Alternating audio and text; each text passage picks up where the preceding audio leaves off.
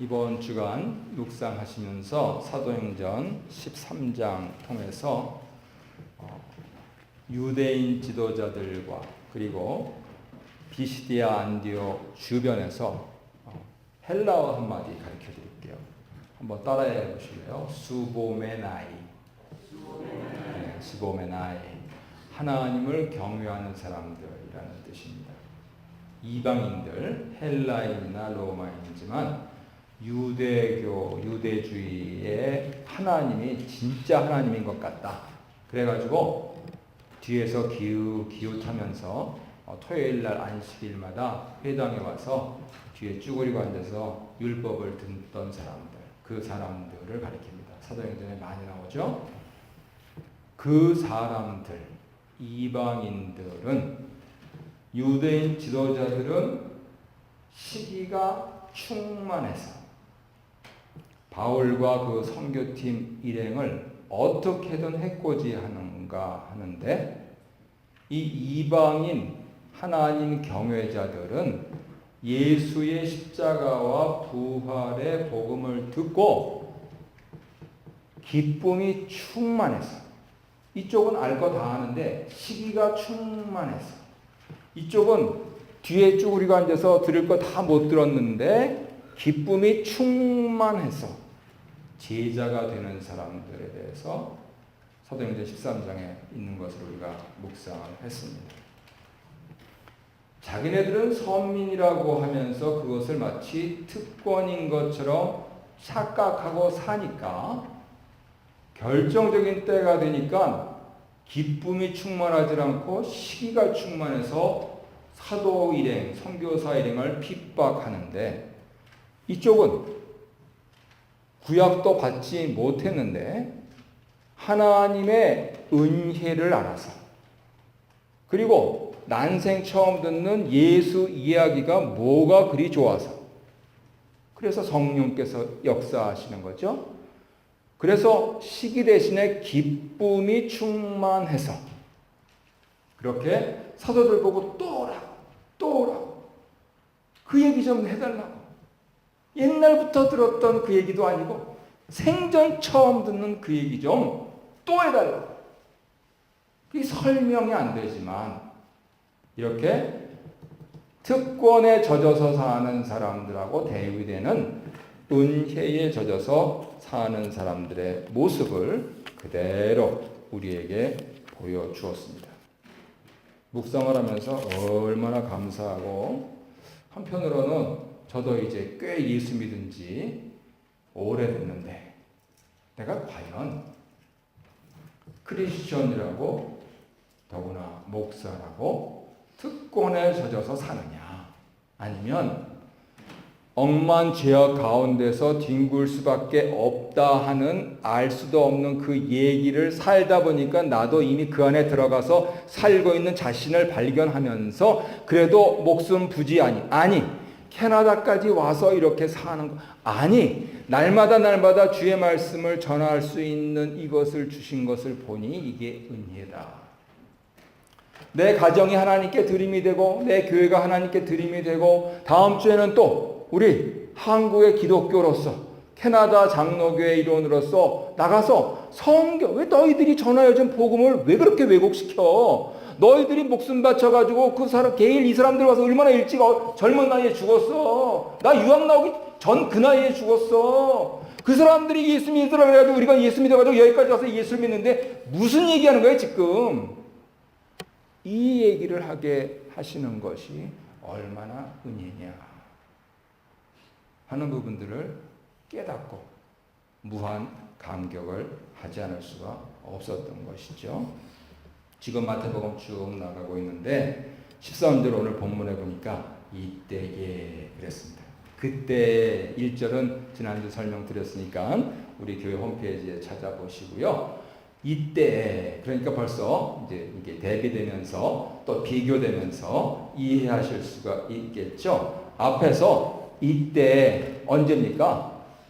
세례 요한이 바리새인들하고 당시의 권력자들한테 세례 안 줘.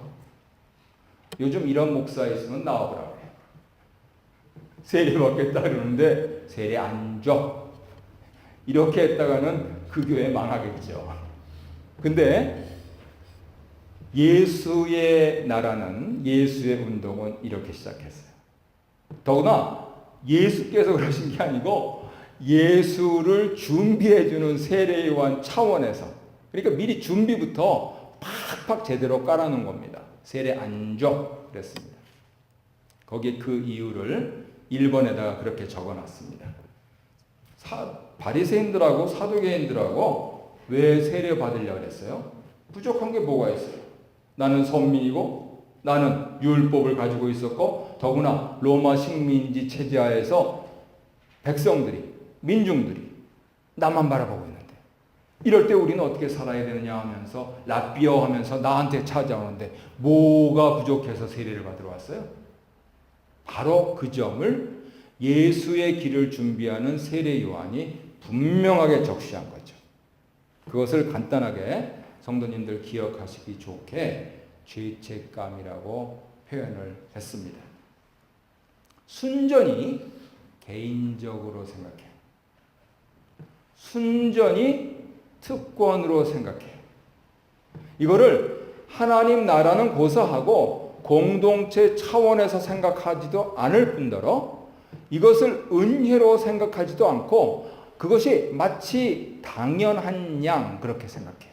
하지만 살다 보니 옷에 먼지가 묻고 때가 끼듯이 내 마음에도 음란하고 더럽고 욕심 사나운 것이 있음을 발견하여서 나도 사람이다 하면서 그렇게 회개의 세례를 받으러 올 때에 세례 요한은 안 줘 했던 겁니다. 얼마나 당황했겠어요.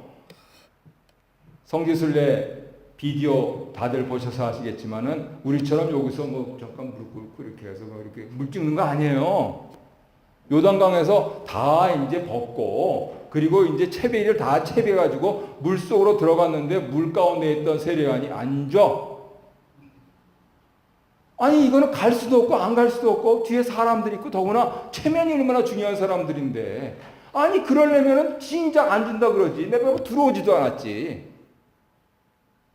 문제는 왜 그랬느냐 그겁니다. 왜? 바리새인들하고 세례요한 사두개인들이 그렇게 지은 죄가 많아서? 에휴 우리도 다 똑같이 살아요. 뭐 마태복음 280장에 있듯이 뭐 이렇게 하면서 우리가 살잖아요. 그렇죠? 마태복음이 무슨 280장까지 있어. 근데 어디서 28은 들은 게 있어가지고 꽤 성경이 크니까 280장이 있듯이 읽지도 않고 그렇게 하듯이 바리새적으로. 그리고 딱 중요할 때는 내가 예수 믿는 거 얘기 안 하고 결국은 나의 현실적인 이득이 가장 중요한 사두개인의 삶을 살듯이. 누구나 그렇게 해요. 그렇다면 도대체 세례 요한은 왜 안 줘 했느냐 이런 것이죠. 적어도 분명한 것은 의로운 율법이라고 하는 이해에 있어서는 예수나 바리새인이나 대동소이합니다. 다시요. 율법으로 말미암는 의로운 율법이라고 하는 것. 하나님이 이스라엘 백성한테 사기치셨습니까? 시내산에서 오순절에 율법을 주실 때에 이 율법을 지키면 너희가 나의 백성이 되고 너희는 제사장 나라가 되리라 분명히 말씀하셨는데 그게 안 되면은 하나님이 사기치신 거 아니에요. 하나님이 사기치신 분이 아닐진데 이 의의 율법이 하나님 나라에 들어가는 백성을 이루게 한단 말이죠. 그러면 그 누구보다도 율법을 강력하게 주장하고 거기에 따라 살기를 원했던 사두개인은 현실적이라고 하더라도 바리새인만은 예수님이 받아주시고 아니 예수님은 고사하고 세례요한 지가 뭔데? 제사장 아들이면 다야? 세례 받으러 나오겠다는데 뭘 안 줘? 여기에서 대단히 큰 사상의 갭이 있는 것입니다. 예수님과 바리새인의 의의 율법에 대한 이해는 대동소이합니다. 그런데 왜 바리새인한테 세례 요한이 세례를 안 준다고 했느냐? 결국 이것 때문에 예수는 죽습니다. 적어도 바리새파로부터는. 그리고 그들과 모의한 대제사장 그룹, 그리고 사두개인들, 나아가서는 헤롯 당까지 합쳐서 예수는 십자가 처형에 처해집니다. 우리가 말씀을 듣고 있는 마태복음이 그 스토리를 얘기해 주고 있어요. 그러면 아니 이해가 같다면서 무슨 차이가 있는 거야? 바로 이 포인트입니다. 예수님께서 차차 나오겠지만 결론만 말씀드리면 바리새인들이 하는 말은 들어라 그러세요. 왜요? 의의 율법을 전하니까. 그리고 심지어는 선교사 파송까지 하네요. 심지어는 서두에서 말씀드렸다시피 사도 바울 일행도 저항에 부딪혔을 정도로 열심히 유대주의를 전파했습니다. 이 길만이 살 길이다 그러면서. 문제는 요한은 세례 안 줘. 이걸로 끝났지만 예수님은 왜 안 주는지 말씀을 해주세요. 뭐라고 하셨습니까? 저들이 가르치는 바는 듣되 저들이 하는 것을, 저들이 손과 발로 하는 것을, 저들이 손과 발로 하는 것을, 저들이 손과 발로 하는 것은 따라하지 말아라. 왜요? 자기네들이 가르치는 것과 자기네들이 행하는 것이, 쉽게 말해서 자기네들이 믿는 것과 자기네들이 사는 것이 언행이, 신행이 일치하지 않네요.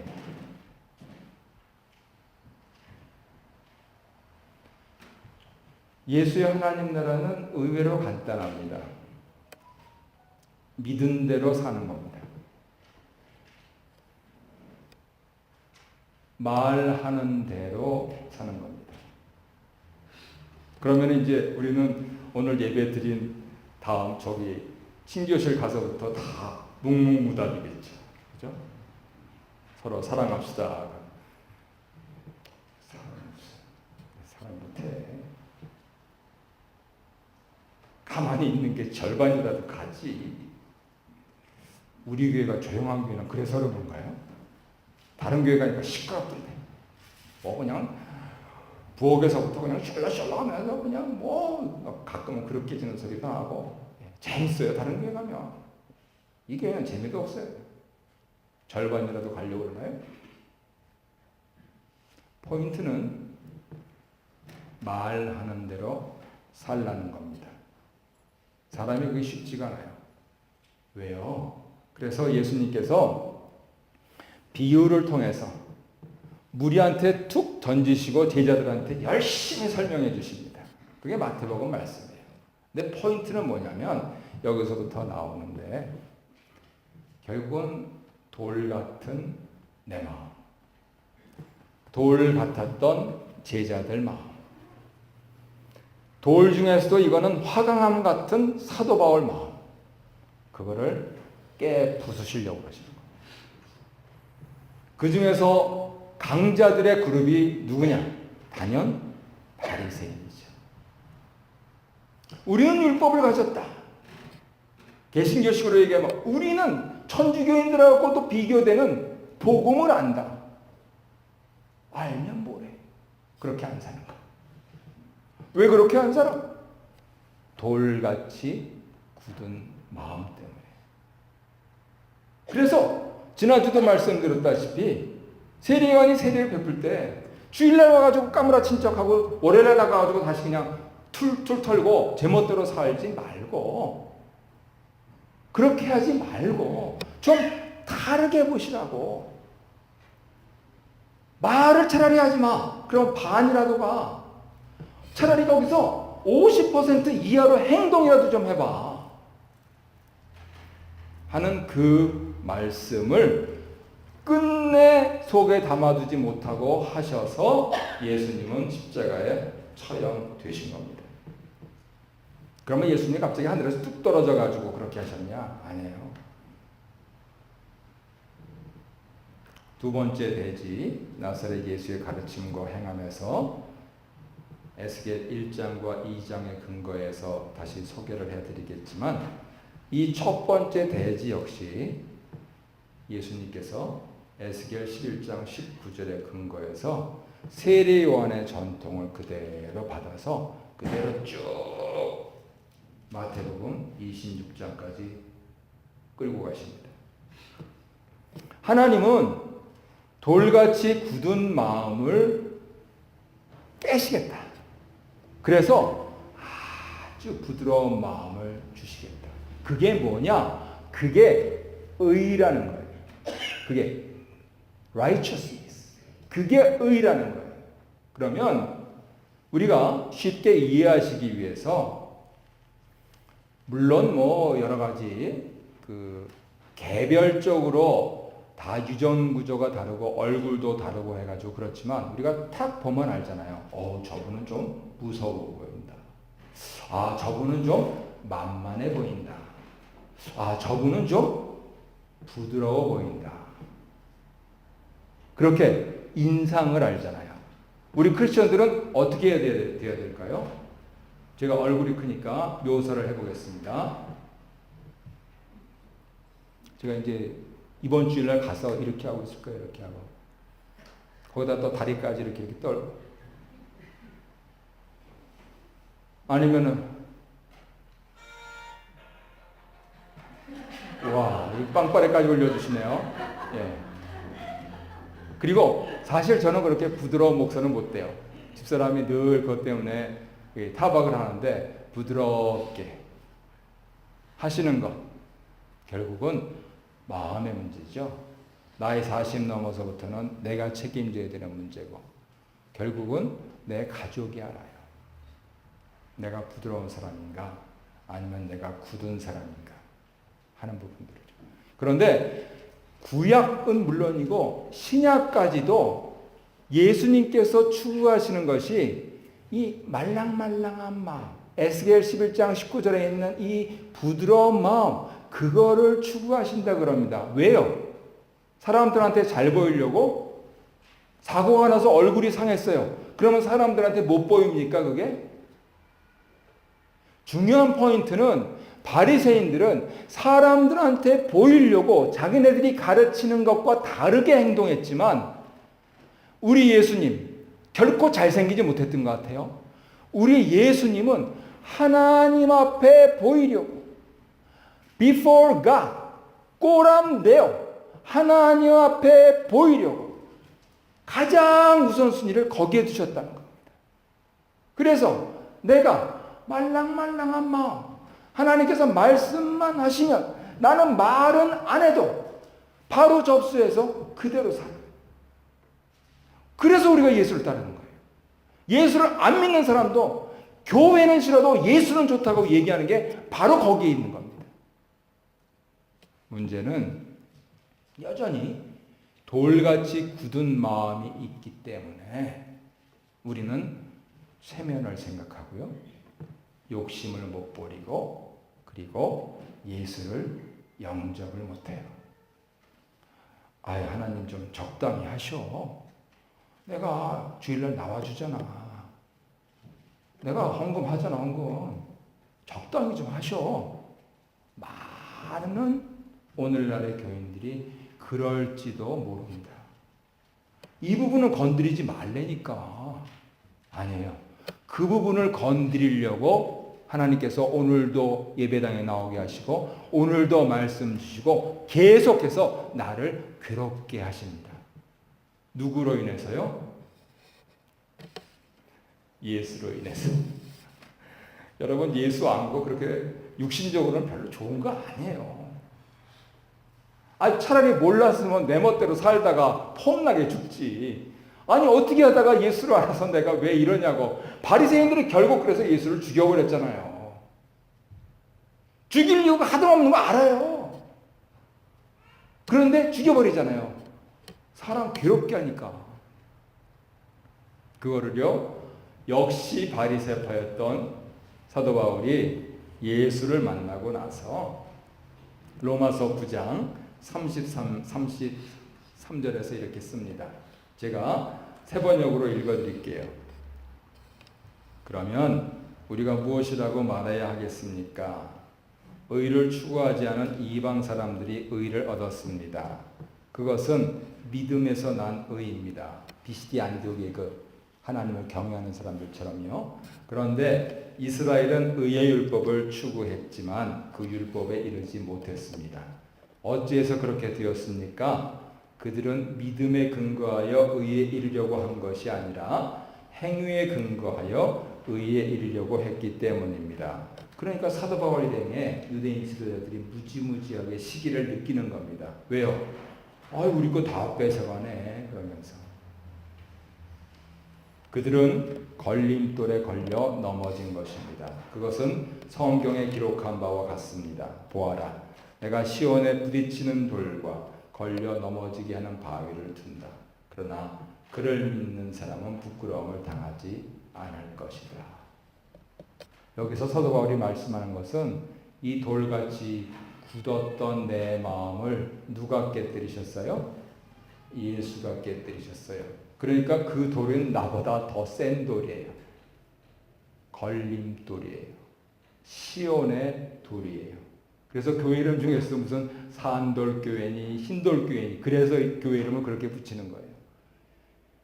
이 돌이신 예수님이 나를 부수시지 않는 이상은 나는 열심히 예배드리고 열심히 헌금해도 여전히 죄책감에 시달릴 수밖에 없어요. 다람쥐 쳇바퀴 돌듯이 살 수밖에 없어요.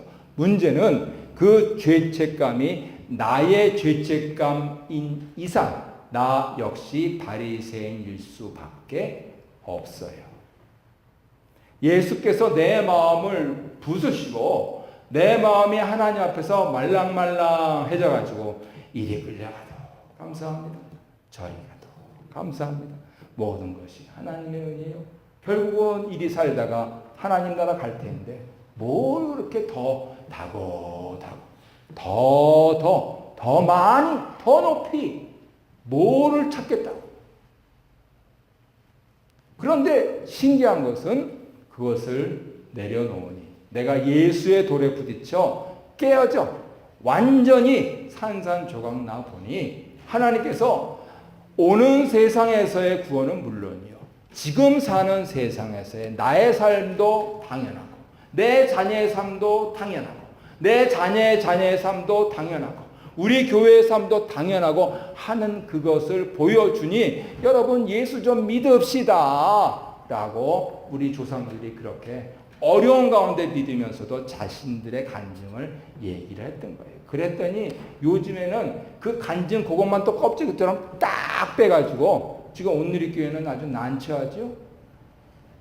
뉴스 다 아시죠? 아니 간증을 세상 사람들이 어휴 저 사람도 예수를 믿냐 하는 이 사람이 대표로 간증해야 될 텐데 어휴 서울법대를 나왔어? 어휴 법무부 감찰국장을 했어? 당연히 그러니까 그 몇십 명 되는 사람들 중에 대표로 나가서 했다가 지금 곤욕을 치르고 있잖아요. 우리는 몰랐다 그러면서.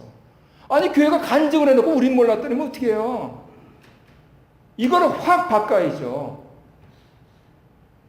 일자무식이지만 나는 예수님 한 분 때문에 다른 사람들이 날 가난하다고 하지만 나는 천하에 있는 어느 누구보다도 부유하게 풍성합니다라고 말씀하실 수 있는 사람, 세상 사람들이 관심을 전혀 안 두는 사람, 그런 사람은 도대체 간증대에 설 수 없는 것이 오늘날 교회 현실이니까 여전히 21세기에 교회는 바리새파적인 삶을 살고 있는 거지.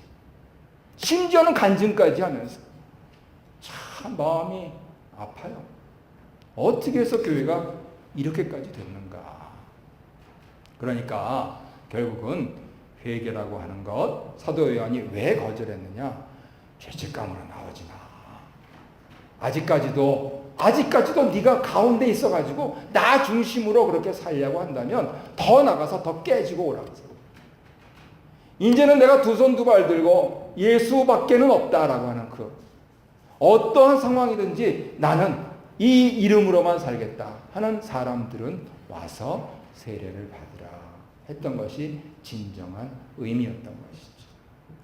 두 번째로, 그렇다면 왜 세례 요한이 이렇게까지 강경하게 말도 안 되는 듯이 현대적으로 해석되는 일을 하셨냐? 그것은 바로 나사렛 예수는 바리새인들과는 달리 그의 가르침과 그의 행함이 일치하는 분이었고, 그리고 그러한 삶을 사는 것은 반드시 자기 십자가를 져야만 하는 것이고, 그래서 그가 우리와는 질적으로 전혀 다른 하나님의 아들이면서 우리와 같은 형제들이 되어서 사람의 모양이 되어서 결국은 구약에서 구구절절히 예언되었던 그대로 메시아의 대관식을 하신 분이기 때문에 이분 앞에 서려면은, 이분 앞에 당신이 세례를 받으려면은 똑바로 해라, 그렇게 얘기를 해야만 했기 때문에.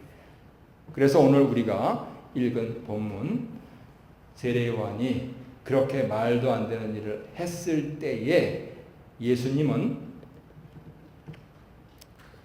살기 편한 자기 동네 갈릴리에서 이제 적진에서는 조금 떨어져 있어요.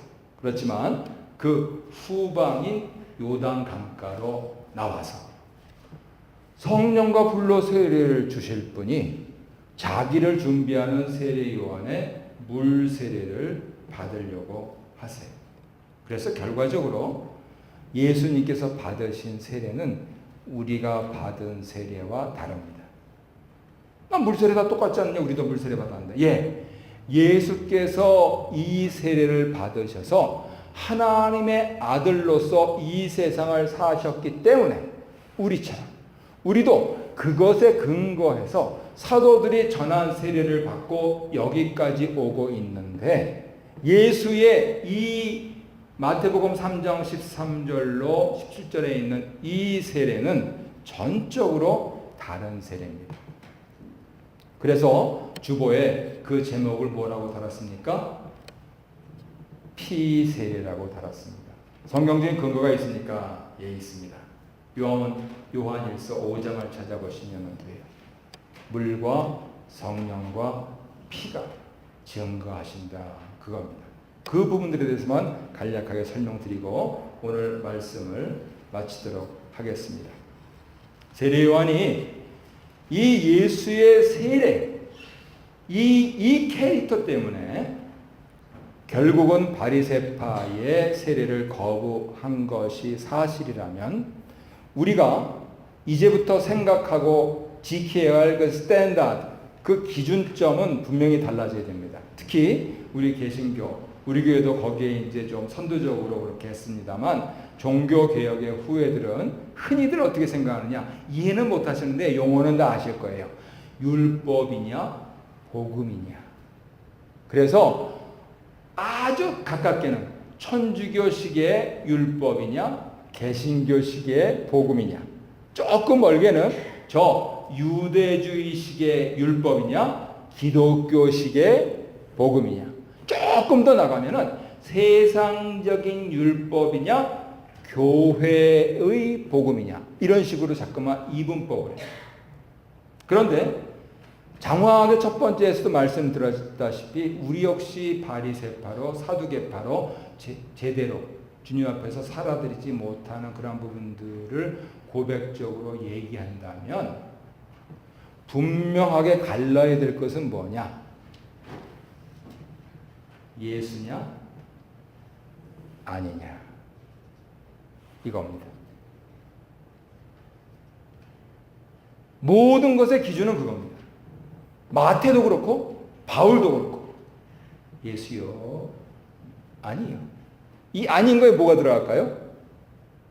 내가 복음, 지가 복음, 누가 복음. 예, 예배당을 어려서부터 엄마 뱃속부터 돌아가실 때까지 다녔어도 예수 복음이 아니고 내가, 지가, 누가. 이걸로 살 수 있는 가능성이 있다는 거죠. 더구나 오늘 이 교회처럼 그렇게 크고 좋다고 하는 교회에서 이렇게 지난 주일날 완전히 폭탄을 맞아버리고, 더구나 그것도 세례를 잘못 줘서 간증을 잘못 세워가지고 그렇게 된다면 다시 생각해야 되는 거죠. 율법이냐 복음이냐의 문제가 아니고, 이 말일에 하나님께서 나한테 기준으로 삼아서 살아라 하는 그것은 예수냐 아니냐. 내가 생각하는 예수의 길이 아니고 성경이 말씀하는 예수의 길이냐, 내가 체험적으로 만난 예수의 길이냐. 나는 아직은 모르지만 우리 할아버지, 어머니, 우리 증조할아버지, 고조할아버지가 믿던, 나는 이해 안 되는 그 예수의 길이냐, 그거를 묻는 거죠. 그리고 어느덧 나도 이민 와서 고생스럽게 살다 보니까 다시 마음이 굳어지는데, 어느 날 갑자기 눈물이 쏟아지면서 하나님의 은혜가 감사하면서, 아 그렇구나, 나는 은혜 없이는 살 수가 없구나 하는 그 체험의 길이냐 아니냐 하는 그 질문인 것이죠. 결국 예수께서 이렇게 기준이 되시는 것은, 이 세례를 받으셔서 예수께서 이제 탄탄대로의, 세례 요한조차도 오해했었다는 것 지난주 말씀드렸습니다. 그렇지만 모든 사람들이 이해할 수 없는 하나님의 아들 메시아의 그 길을 차곡차곡 가셔서 결국에는 어디로 올라가십니까? 골고다의 십자가까지. 이게 사도 바울은 이해가 안 됐어요. 올라가려면 예루살렘에 올라가야 되는 거고, 무슨 당나귀를 타, 백마를 타야지. 종려나면 웃기고 있네. 빨간 카페트를 깔아놔야 갈까 말까 한 게 하나님의 아들이고 메시아이지, 무슨 헛소리들을 하고 있어. 그러면서 예수를 찾아가 보지도 않았던 거예요. 결국은 예수가 이 세례를 받아서 하나님의 사랑하는 아들이다라고 하면서 가는 그의 목표, 지향점이 어디냐? 골고다 언덕의 십자가이기에 사도 바울은 고린도서에서 하나님의 지혜인 십자가라고 표현을 했던 겁니다. 자기의 돌같이 굳은 마음이 완전히 깨져버렸어요. 말도 안 되는 그 소리가 사람의 지혜도 아니고 하나님의 지혜였다 하는 것을 고린도 교인들한테 고백하고 있는 겁니다. 그만큼 이 예수의 세례는 중요합니다. 왜요? 그가 앞으로 십자가에서 받으실 피의 세례, 그것을 통하여서 오직 하나님의 아들만 하실 수 있는 죄 용서를 하시기 때문이죠. 우리는 우리가 지은 죄를 예수의 이름으로 속함받고 이제부터 예수의 제자로 살겠습니다 하여 세례를 받지만, 예수께서는 모든 피조물을 위하여서 하나님께서 아름답게 선하게 창조하셨던 그 아름다움을 회복하시기 위해서 자신이 천천히 대속의 십자가를 지시기 위하여서 이 세례를 받으시는 겁니다.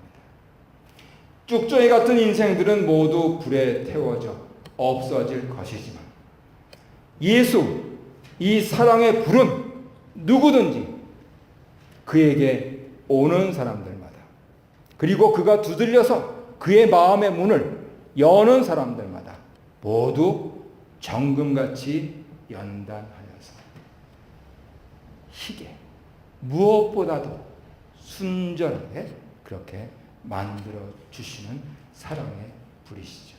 우리가 눈으로는 예수를 못 보지만 21세기가 지나도록 예수의 이름으로 세례를 받고 예수의 이름을 걸고 우리의 삶을 살면 예수께서는 우리를 성령으로 인도하시죠.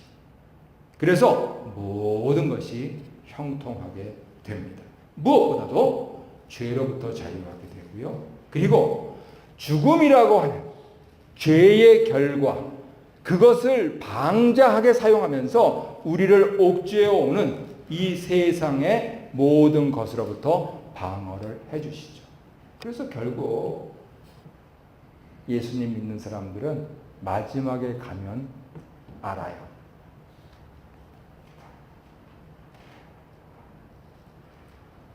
다 폼나게 사신 것 같은데 마지막에 저도 여러 번 여러 어른들 마지막을 지켰습니다만 그렇게 안 가려고 하죠.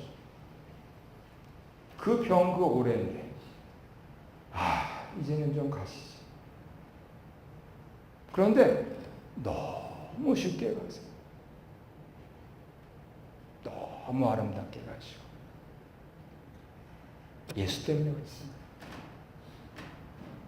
내가 여전히 뭔가 미련이 남는 이 세상 가치를 갖고 있다면 그렇게 부자여도 그렇게 명예스러워도 그렇게 사람들이 울어봐도 안 가려고 그래요. 젊은 의사 붙잡고 의사 양반 나 1년만 더 살게 해줘. 내가 10억 줄게.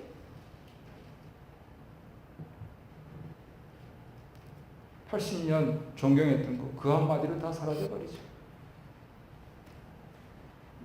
하지만 담담하게 말할 기운도 없어요. 부드럽게 웃으시면서 눈과 눈이 마주치고 Bye, see you later.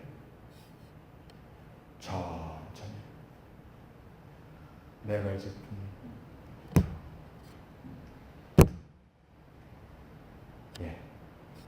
저는 성도들은 다 그래야 된다고 봅니다.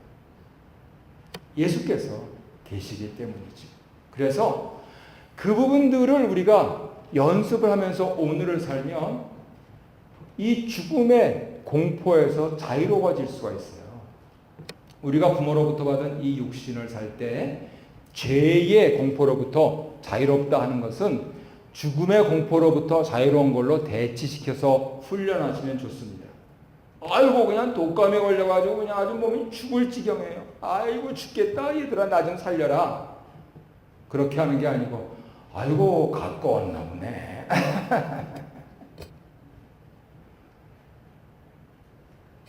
죄로부터 자유로운 사람은 죽음으로부터 자유롭습니다. 예수의 길은 바로 이것이라는 것이죠. 왜요? 오직 그분만이 죄를 용서하시고 우리는 그분을 믿기 때문이지요. 그래서 세례 요한이 아이고 무슨 말씀이세요? 내가 당신한테 세례를 받아야지 왜 나한테 세례를 받으십니까? 예수님께서 마태복음에서 첫 번째로 입을 여십니다. 마태복음 3장 15절은 예수님이 처음 말씀하시는 구절이에요. 이제 허락하라. 우리가 이같이 해서 모든 의를 이루는 것이 합당하니라. 세례 요한아, 네가 내 길을 예비하러 왔지? 내 길을 예비해서 뭘 어떻게 하는데? 사람들 돌같이 굳은 마음 허물어서 부드러운 마음, 말랑말랑한 마음, 하나님 앞에 온전히 드릴 수 있는 그 마음으로. 그래서 내가 왔는데 네가 지금 아이고 안 됩니다. 인간적으로 그렇게 하면 되겠니? 안 되겠니? 그 말씀이세요. 이에 요한이 아유 주님 죄송합니다. 그러면 주님께서 명하시니 하겠습니다. 결국은요 예수냐라고 하는 부분들은 하나님 말씀을 들었을 때 바로 순종하느냐 겁니다. 그게 잘 안 되면 여전히 내가 중심에 여전히 적어도 예수하고 나하고 싸우고 있는 거예요. 생각해 보세요. 예수하고 나하고 싸우면 누가 이기겠어요? 예수가 이기시죠. 그거 위해서 예수하고 나하고 싸우라. 그냥 빨리 항복하지. 우리는 항복한다고 안 하고 뭘 하래요? 순복한다고 해요. 예수께 빨리 내 양심이 찔면 왜요? 성령님이 그러면 안 되지. 그러시니까 아유 죄송합니다. 빨리빨리 그렇게 살아드리는 것을 세례 요한이 오늘 3장 15절에서 말씀을 하시고 있는 것이죠. 그러니까 하나님께서 시편 2편에서 말씀하시던 바 하나님께서 이사야 42장에 말씀하셨던 바 성령을 부어서 내 아들, 내 왕을 세상에 보내겠다 하는 그 말씀을 그대로 이루시고 있는 것입니다. 잘 아시는 시편 2편 말씀 세 번역에 이렇습니다. 주님께서 나에게 이르시기를 너는 내 아들, 내가 오늘 너를 낳았다. 내게 청하여라. 문나라를 유산으로 주겠다.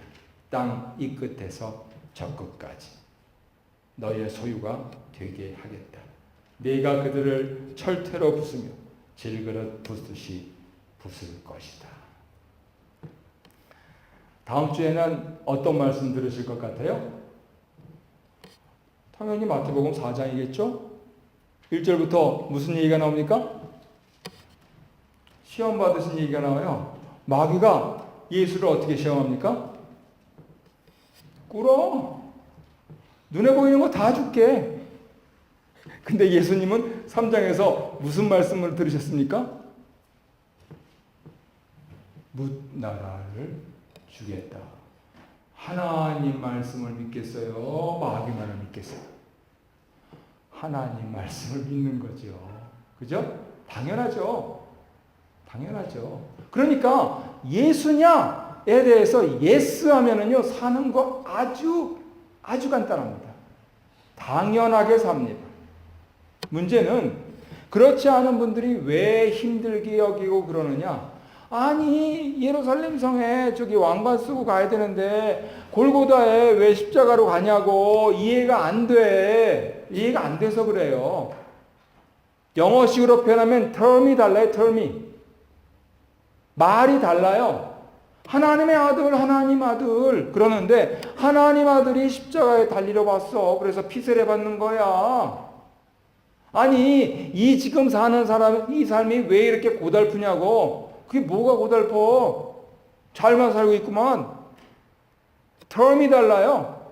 용어가. 그래서 잘 못 믿는 거예요. 중요한 것은 거기서 나의 돌 같은 마음을 예수의 걸림돌로 깨부수느냐. 그러니까 혹시라도 오늘 말씀을 받으시면서 아유, 나는 조금 아무래도 조금 1번 같아. 1번. 아니, 나는 2번 같아.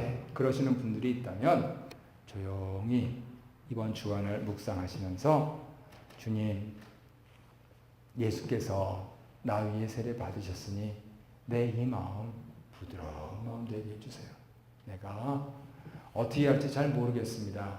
그러니까 이번 주간에 우리 식구들하고 같이 얘기하면서 의논하면서 밥 먹으면서 할 때 좀 뭐 잘못 먹었어? 이렇게 그 얘기 좀 하게 해주세요. 우리 주일날 예배당에 가서 교인들이 아니 어떻게 얼굴이 무슨 화장품을 썼어? 왜 이렇게 그래? 이렇게 하는 얘기, 그 얘기 좀 듣게 해주세요. 하면서 나를 좀 우리 예수님 세례 받으신 거 나한테 좀 영향 좀 끼쳐주세요. 하는 거 제일 중요한 기도입니다. 그게 되면 다 돼요. 다. 예수께서 마귀 시험에 안 넘어가신 것처럼 다 돼요. 다 주시겠다 그랬는데 뭐가 걱정이에요 그렇게. 그죠? 그렇기 때문에 이 말씀을 들은 성도님들께서 뭐 이것저것 따지지 마시고 예수냐 아니냐 하는 그 분명한 기준을 분명한 편에서 결단을 내리시면서 승리하는 삶을 사시기를 주님 이름으로 축복합니다.